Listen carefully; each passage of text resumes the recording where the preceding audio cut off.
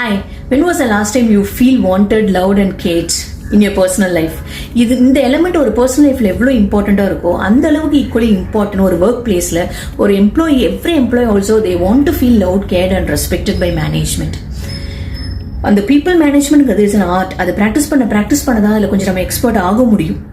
So நீங்கள் right manager அந்த இடத்துல போடலை அப்படின்னு சொன்னால் கண்டிப்பாக உங்களோட பிஸ்னஸ் growth அதை அஃபெக்ட் பண்ண போதும். மக்கள் வருவாங்க போவாங்க, இந்த சினாரியோ தான் கண்டினியூ ஆகிட்டே இருக்கும்.